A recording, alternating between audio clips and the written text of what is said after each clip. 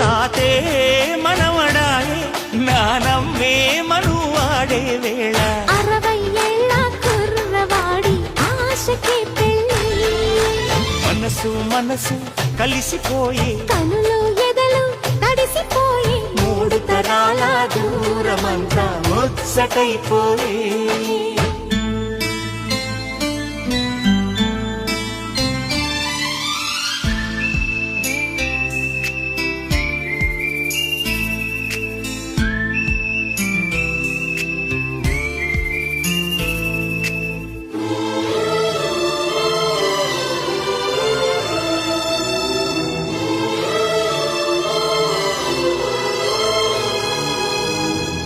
నిన్నెంతగా ప్రేమిస్తున్నానో చెప్పటానికి భాష లేదు.